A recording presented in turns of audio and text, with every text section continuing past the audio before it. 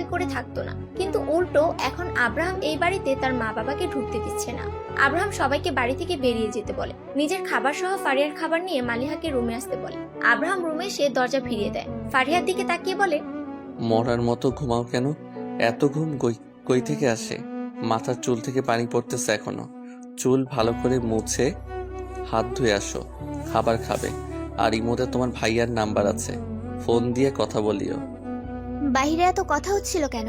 বাসায় কি কেউ এসেছিল? আর আপনি আমাকে রুমে আটকিয়ে রাখছেন কেন? দরকার ছিল। ফারিয়া মুখ ভাঙায়। আব্রাহাম সেদিকে তাকিয়ে চোখ গরম করে। ফারিয়া একটা বালিশ কোলে নিয়ে আব্রাহামকে পরখ করে, চাপদাড়ি, মাথায় কালো ঘন চুল, হালকা গোলাপি ঠোঁট। ইস, মারাত্মক আকৃষ্ট করবে সবকিছু। মানুষ সহজে প্রেমে পড়বে এই মানুষটার। ফারিয়ার তাকানো দেখে আব্রাহাম নড়ে চড়ে বসে। এমন ভাবে কেউ তাকিয়ে থাকে নাকি? ঠান্ডা লেগে গেলে সমস্যা হবে, বাচ্চারও ঠান্ডা লাগবে। নামাজ পড়ার কথা ছিল, উঠো না। জোহর থেকে নামাজ পড়বে, কোনো কৈফিয়ত শুনবো না। যাও, হাত ধুয়ে খেতে বসো। আর কিছু খাবে? আব্রাহাম ফারিয়ার চুলের পানি মুছতে মুছতে কথাটা বলে। ফারিয়া উঠে হাত ধুয়ে খেতে বসে। আব্রাহাম নিজেও খেয়ে নেয়। ফারিয়া খেতে খেতে বিড়বিড় করে, ইস, এত কেয়ার! হাজবেন্ডের এমন কেয়ার পেলে তো সব স্ত্রী সুখী হবে। কিন্তু ছেলেটা তো আমাকে বাচ্চার জন্য এত কেয়ার করছে। যে এখনো পৃথিবীতে আসে নাই, তাকে নিয়ে এত আদর। তাহলে পৃথিবীতে আসলে না জানি কত আদর করবে। এই মানুষটাকে সারা জীবন জীবন সঙ্গী করে পেতে কে না চাইবে? বিড়বিড় না করে খেয়ে নাও, আর পড়াশোনা করো ঠিক মতো। একজন টিচার তোমাকে বাড়িতে পড়াতে আসবে, 10টা থেকে পড়াবে, তাই পড়ার জন্য তৈরি হও। শুনুন, আমি না আইসক্রিম খাবো, একটা কিনে দেন না কেন? আপনার তো অনেক টাকা, মাত্র একটা খাবো, বেশি না। ফারিহা, বেশি বুঝতে যাবে না। ঠান্ডার সময় কোনো মানুষ আইসক্রিম খায়? অন্য কিছু খেলে বলো, নিয়ে দিচ্ছি। যা চাইবো তাই দেবেন তো? নাকি তখনও বলবেন যে ফারিহা, সবকিছু কিন্তু একটা লিমিট আছে, হয় আইসক্রিম নয়তো যা চাই তাই দিতে হবে, কোনো মানা শুনবো না। আব্রাহাম ফারিহার প্লেট নিয়ে বাইরে রেখে আসে। তোয়ালে দিয়ে ফারিহার হাত মুছে দেয়, মুখ মুছে দিয়ে বলে, তাড়াতাড়ি বলো কি চাই। আমি আবার অফিসে যাব, ঠান্ডা জিনিস বাদে যা চাই সব দিব, তাই নির্দ্বিধায় বলতে পারো। আপনার ঠোঁটে একটা চুমো দেই। আব্রাহাম থতমত খেয়ে যায়। মেয়েটা তার ঠোঁটের দিকে তাকিয়ে আছে। শুকনো একটা ঢোক গিলে আব্রাহাম, তারপর ফারিহার ঠোঁটে আলতো কিস করে উঠে যায়। ফারিহা হাত টেনে ধরে। এভাবে না, আসেন আমি নিব। আমার সময় নেই, ফ্রিজে ফলমূল আছে, খেয়ে নিও। প্রথমে বের করে পানিতে দিবা, একদম ঠান্ডা কমে গেলে খেয়ে নিও। জান বেদ্যপ পোলা। আব্রাহাম বিরক্তি নিয়ে কপালে একটা কিস করে সেখান থেকে চলে যায়। মেয়েটার এমন পাগলামি তার ভালো লাগছে না। প্রায় 30 মিনিট পর একজন শিক্ষক আসে। ফারিহাকে 1 ঘন্টা 30 মিনিটের মতো পড়িয়ে তিনিও বাসায় যায়। ফারিহা তারপর ফোন নিয়ে মুনিরের সাথে কথা বলে, ফ্রিজ খুলে মালটা বের করে খায়, মনে মনে আব্রাহামকে বকাবকি করে। এভাবে কেটে যায় 2 মাস। মাঝে মাঝে ফারিহার রাতে ঘুম ভেঙে গেলে আব্রাহামকে পাশে পায় না। এটা তার কাছে কেমন যেন লাগে। ছেলেটা তার থেকে দূরে থাকে কেন বুঝতে পারে না। একটা জিনিস সে খুব ভালো করে বুঝতে পারে, আব্রাহাম মেয়েদের থেকে দূরত্ব বজায় রেখে চলে। আর সারাদিন বমি করতে করতে পেটের অবস্থা খারাপ হয়ে যায়, পেট ব্যথা ধরে আছে। আব্রাহামকে ফোন করতেছে কিন্তু রিসিভ হয় না। মিটিং, কাজ সব নিয়ে আজ বেশি ব্যস্ত সে। কয়দিন থেকে ঠিকমতো খাওয়া দাওয়া না করায় ফারিহার শরীর দুর্বল হয়ে পড়ে। রুম থেকে বেরিয়ে ড্রয়িং রুমে আসে, বসতে গেলে সেন্সলেস হয়ে পড়ে। মালিহা মেয়েটা দৌড়ে ফারিহার কাছে আসে। ম্যাম, চোখ খুলুন, কি হয়েছে আপনার? ম্যাম, উফ, ম্যামের হঠাৎ কি হয়ে গেল? আয়ান স্যারকে জানিয়ে দিই, উনি আব্রাহাম স্যারকে জানাবে। ম্যাম, কথা বলেন। সরি, আমার আসলে শরীর দুর্বল লাগছে খুব, একটু রুমে দিয়ে আসো তো। আর তোমার স্যার পচা, সে তার কাজ নিয়ে ব্যস্ত। আপনি রুমে বসে থাকুন ম্যাম, আমি আপনার জন্য খাবার নিয়ে আসি। আপনাকে দুর্বল মনে হচ্ছে, কিছু খেয়ে নেবেন। মালিহা ফারিহাকে রুমে রেখে খাবার নিয়ে আসে। এই বিকেলে কেউ খাবার খায় নাকি? কিন্তু ফারিহা মালিয়ার কথার পরে পারে না। একবার ভাত মুখে দিতে গা গুলি আসে। দৌড়ে ওয়াশরুমে যায়, চোখ মুখে পানি দিয়ে সে বিছানায় গা এলিয়ে দেয়। মালিহা খাবার প্লেট নিয়ে রুম থেকে চলে যায়। ফারিহা চোখ বন্ধ করে বলে, ডাক্তার না হয়েও জানি কেন এমন হচ্ছে। ইস, আল্লাহর কাছে কত দোয়া করলাম যাতে বাচ্চা না আসে, কিন্তু না, চলে আসলো। আব্রাহাম তো তার জায়গাতে অটল। একটা ছোট বাচ্চাকে রেখে আমি কিভাবে থাকবো?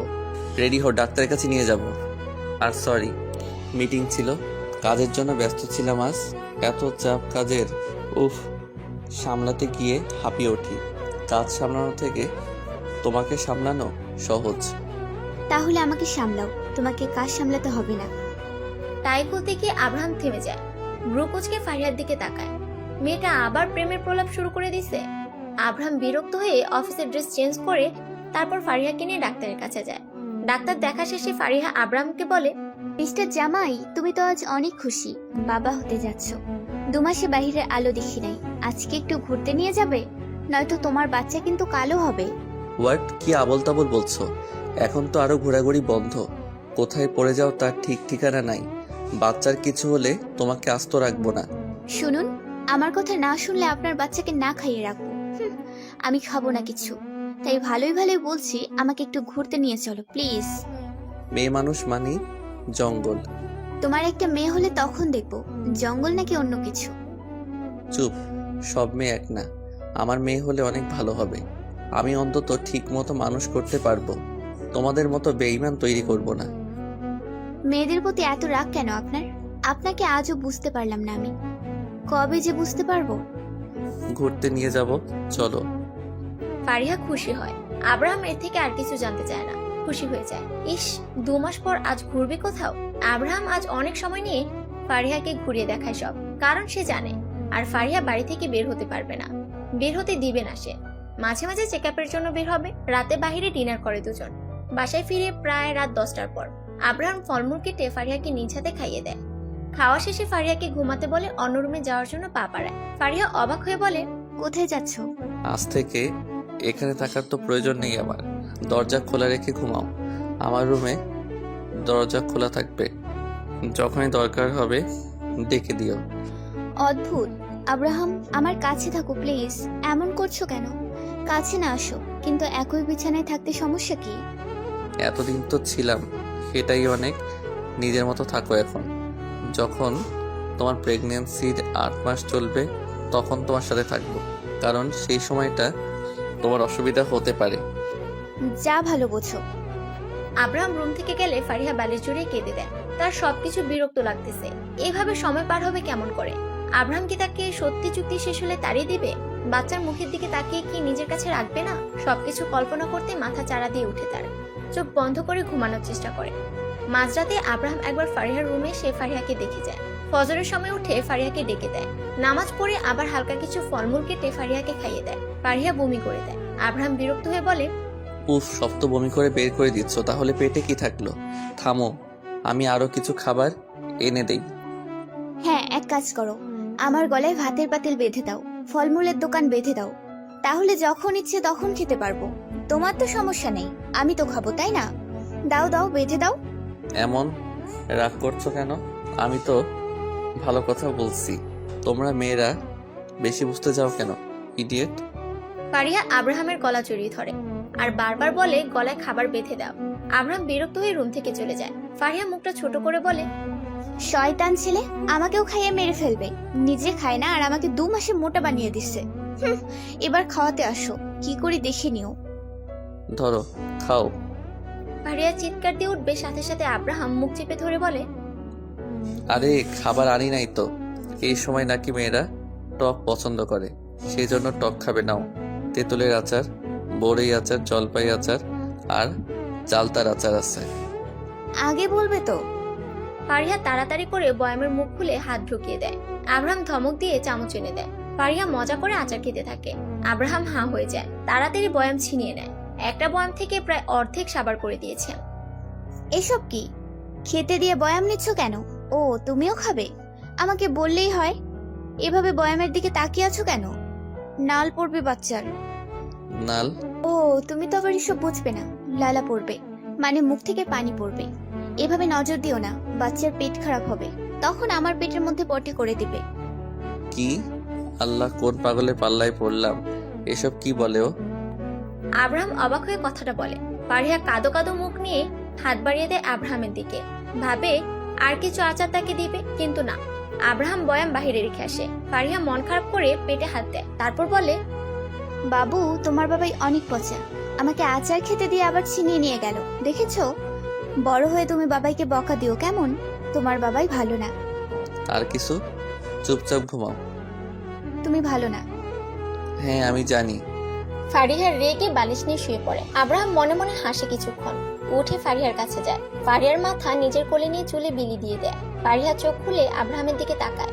আব্রাহাম হেসে বলে, ঘুমাও, সমস্যা নেই। আর একটু ঠিক মতো খাওয়া দাওয়া করো প্লিজ। তুমি হয়তো বুঝতে পারছো আমার কাছে বাচ্চার মূল্য অনেক।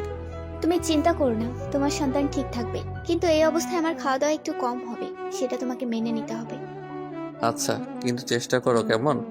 ভয় হয় যদি হারিয়ে ফেলি তাকে। হারিয়ে ফেলা তো আবার আমার স্বভাব মনে হয়। আপনি কি আমাকে কখনো ভালোবাসবেন না আব্রাহাম? বাসি তো, বাসবো না কেন? ফারিয়া উঠতে চাইলে আব্রাহাম বাধা দেয়। আব্রাহাম নিজেই ফারিয়ার সাথে শুয়ে পড়ে। ফারিয়া আব্রাহামের বুকের সাথে নিজেকে চেপে নেয়। আব্রাহাম জোরে শ্বাস নিয়ে বলে, এত কাছে আসে কেউ, বুকের মধ্যে কি ঢুকে যাবে? নাও, বুকের মধ্যে রাখলে আমার কোনো সমস্যা নেই। তোমাকে পাওয়ার জন্য তোমার বুকের মধ্যে যেতে আমার কোনো সমস্যা নেই। ফারিহা, একটা কথা বলি। বলো। আমাকে ভালোবেসো না প্লিজ। আমি তোমাকে ভালোবাসতে পারবো না। আমার থেকে কষ্ট ছাড়া তুমি কিছু পাবে না। আমি আপনার ওয়াইফ, আপনাকে ভালোবাসা আমার অধিকার। সে অধিকার আমি তোমাকে দিতে চাই না। পাগলামি করছো কেন? আমাদের বিয়েটা চুক্তির। আমাকে ভালোবাসবেন একদিন, দেখে নিন। আচ্ছা। ফারিয়া বিড়বিড় করে এটা সেটা বলতে থাকে। একসময় ঘুমিয়ে যায় সে। আব্রাহাম উঠে অফিসে যায়। অফিস থেকে বন্ধুদের সাথে ঘোরার জন্য পার্কে যায়। ফারিয়া আসার পর থেকে কোথাও ঘোরাঘুরি করে নাই তারা। 3 জন মেয়ে ও 2 জন ছেলে বসে আছে, তার মধ্যে আব্রাহাম একজন।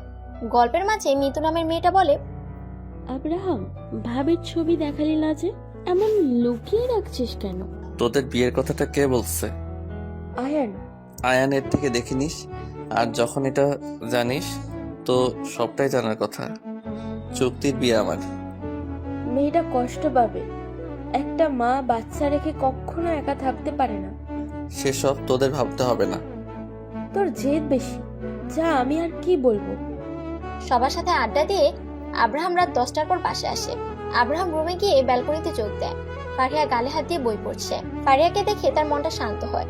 কেন হয় সে নিজেও জানে না। ফ্রেশ হয়ে ধীর পায়ে ফারিয়ার কাছে যায়। ফারিয়া মাথা না উঠিয়ে বলে, আজ তোমার এত লেট হলো যে? ফ্রেন্ডদের সঙ্গে আড্ডা দিচ্ছিলাম। তুমি খাওয়া দাওয়া করছো? না, তোমার জন্য ওয়েট করছিলাম। আচ্ছা চলো। আব্রাহাম যাওয়ার জন্য পা বাড়ালে ফারিয়া হাত ধরে আটকিয়ে দেয়। উঠে আব্রাহামের গলা জড়িয়ে ধরে, গলায় গালে কপালে কিস করে। আব্রাহাম অবাক হয়ে ফারিয়ার কাণ্ড দেখছে। সেসব বুঝতে না পেরে বলে, কি হয়েছে তোমার? এমন ব্যবহার করছো কেন? তোমার বাবু বলেছে। কি বলেছে? বলেছে যে মাম্মাম, বাবাইয়ের থেকে তুমি আদর নাও না কেন? তুমি বাবাইয়ের থেকে বেশি বেশি আদর নিও। হ্যাঁ, তোমার বাচ্চা তোমার মতো এসব বলবে? আল্লাহ আর কোনো মেয়ে পাইনি তোমাকে আমার ঘাড়ে জ্বলিয়ে দিছে। যাও, তোমার বাড়ি থাকবো না। আব্রাহামের বুকটা ধুপ করে ওঠে। এমন কথা সে স্বপ্নেও ভাবে না। আর ফারিয়া মুখে নিয়েছে।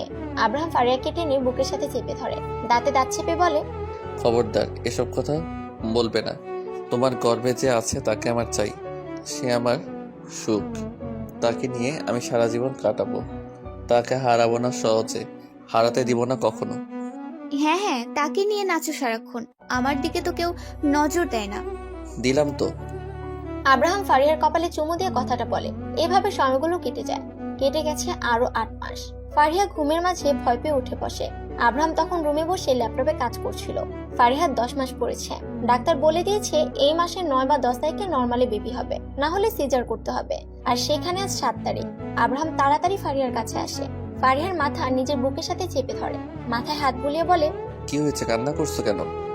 আমি স্বপ্ন দেখেছি আব্রাহাম, তোমাকে হারিয়ে ফেলবো আমি। বাজে স্বপ্ন দেখছো? স্বপ্ন তো স্বপ্ন, সেটা নিয়ে এত ভয় পাওয়ার কিছু নেই। আমি তোমাকে ছাড়া কিভাবে থাকবো? এই 10 মাসে তোমার প্রতি ভালোবাসা তৈরি হয়েছে। তুমি এতটা অভিমানী যে আমি তোমার অভিমানে মিশে গেছি। ভালোবাসো না এক বিন্দুও। একটু ভালোবাসা দিলে কি হবে? চুপ থাকবে, এসব বিষয়ে আমি কথা বলতে চাই না। কেন আব্রাহাম? একটু ভালোবাসা দিলে কি হবে? উফ ফারিহা, তোমাকে বলছি না চুক্তি শেষ, তুমিও এখান থেকে বিদায় নিবে। সো একটা কথাও শুনতে চাই না, ঘুমাও। আমার প্রচুর পেট ব্যথা করতেছে, মরে যেতে ইচ্ছে করছে। ফারিহা, বলছি এসব কথা কখনো মুখে নিবে না, কিছু হবে না, আমি আছি তো।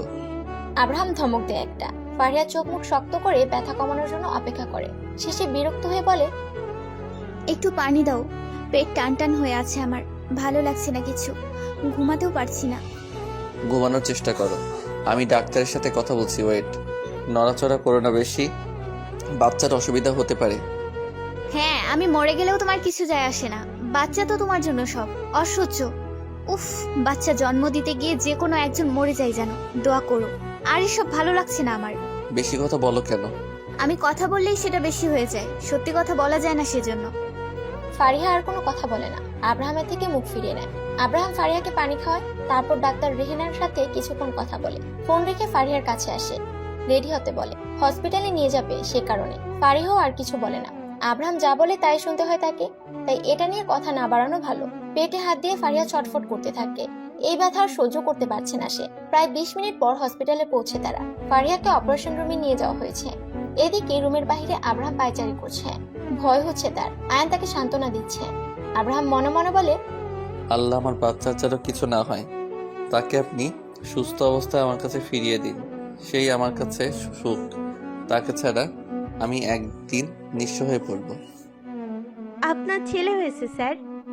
আব্রাহাম পিছু ফিরে ছলছল চোখ নিয়ে ডাক্তারের কোলের দিকে তাকিয়ে থাকে। আব্রাহামের এভাবে তাকানো দেখে ডাক্তার বলে, আমাদের মিষ্টি খাওয়াতে হবে কিন্তু। এত কিউট বাচ্চা জন্ম দিয়েছে আপনার ওয়াইফ, ওনার তো দামি উপহার পাওয়া প্রয়োজন। সমস্যা নেই, যত মিষ্টি খাবার খেতে পারেন। আব্রাহাম কথাটা বলে সামনে পা বাড়ায়। একটা মহিলা ডাক্তার কোলে বাচ্চা নিয়ে দাঁড়িয়ে আছে। আব্রাহাম কাছে গিয়ে বাচ্চাকে কোলে নেয়, তার হাত কাঁপছে। প্রথম কোনো ছোট বাচ্চাকে ছুঁয়ে দেখবে সে। টুপ করে তার চোখ থেকে এক ফোঁটা জল বাচ্চাটার শরীরের উপর পড়ে।